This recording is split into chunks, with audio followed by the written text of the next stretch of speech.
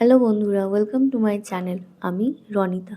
বন্ধুরা, আমি আজকে তোমাদের সঙ্গে শেয়ার করব শ্রীমদ্ ভাগবত গীতা থেকে। এখানে প্রশ্ন করা হচ্ছে যে, কিন্তু যাহার মধ্যে সংসার নাই, যে বিষয়ে বিরক্ত, মমত্ব বর্জিত, সে সংসারে থাকিয়া স্ত্রী, পুত্র, পরিবার, সমাজ, স্বদেশ প্রভৃতির প্রতি স্বীয় কর্তব্য কিরূপে প্রতিপালন করিতে পারে? উত্তরে বলা হচ্ছে যে, যেমন গৃহস্থের বাটির দাসীরা সংসারের যাবতীয় কার্য করিয়া থাকে, সন্তান দিগকে লালন পালন করা, উহারা মরিয়া গেলে রোদনও করে, কিন্তু মনে জানে যে উহারা তাহাদের কেহ নয়। শ্রী রামকৃষ্ণ পরমহংসদেবের উপদেশ। প্রশ্ন: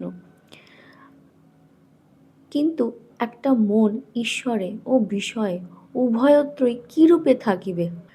আর মন যখন ঈশ্বরেই রাখিতে হইবে, তখন কেবল ইন্দ্রিয় দ্বারা বিষয় ভোগী বা কিরূপে সম্ভবপর? উত্তরে বলা হচ্ছে, ইহাতে আশ্চর্য কিছু নাই, অভ্যাস করিলে সকলই সম্ভব।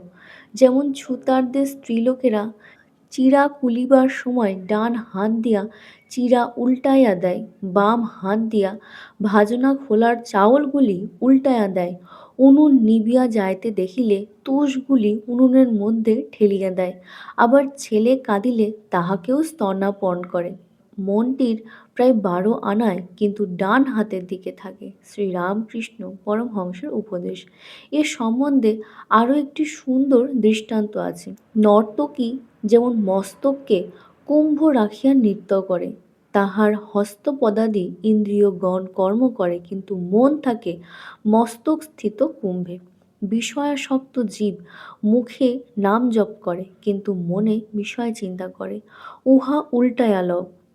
চিত্তপ্রসাদ জন্মিলে এই পুরুষের সমস্ত দুঃখের নিবৃত্ত হয়। যেহেতু প্রসন্নচিত্ত ব্যক্তির বুদ্ধি শীঘ্র উপাস্যের স্থিতি লাভ করে। পূর্বে বলা হইয়াছে, বিষয়ের মধ্যে থাকিয়াও যিনি অনাসক্ত, সংযত চিত্ত, রাগ দ্বেষ বর্জিত, তিনি চিত্তপ্রসাদ লাভ করেন। এই চিত্তপ্রসাদ জন্মিলে কোনো প্রকার দুঃখই তাহাকে বিচলিত করিতে পারে না। তাহার বুদ্ধি একমাত্র ঈশ্বরে সমাহিত থাকে। যিনি অযুক্ত, নির্মল প্রসন্ন চিত্তই ভগবানের প্রিয় অধিষ্ঠান ভূমি।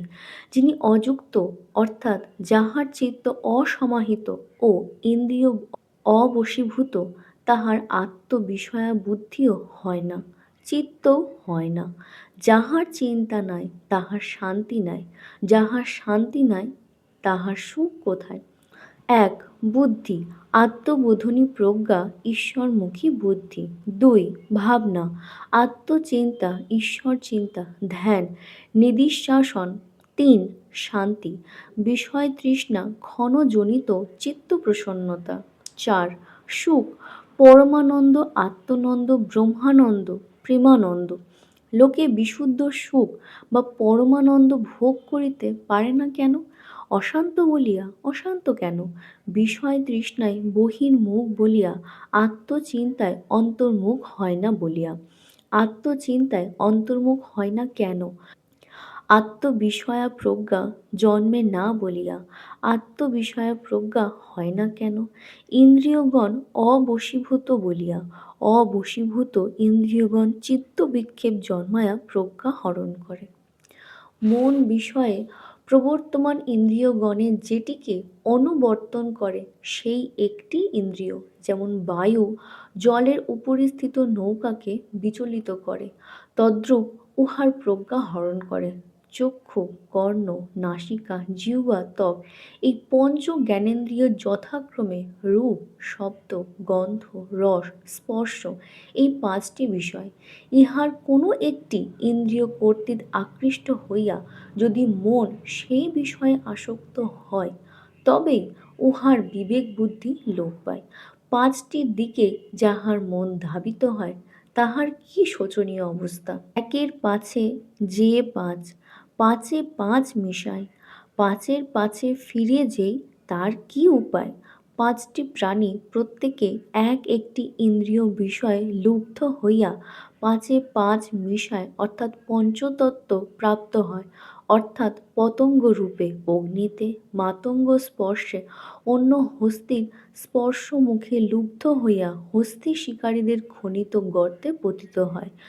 ভৃঙ্গ পুষ্পের গন্ধে, কুরঙ্গ বাঁশির শব্দে, মিনু রসে, বরশির খাদ্যে মোহিত হইয়া প্রাণ হারায়। যে মানুষটি 5টি ইন্দ্রিয় বিষয়ে যুগপৎ আসক্ত, তাহার কি গতি হইবে? আজকের ভিডিওটা এই পর্যন্তই।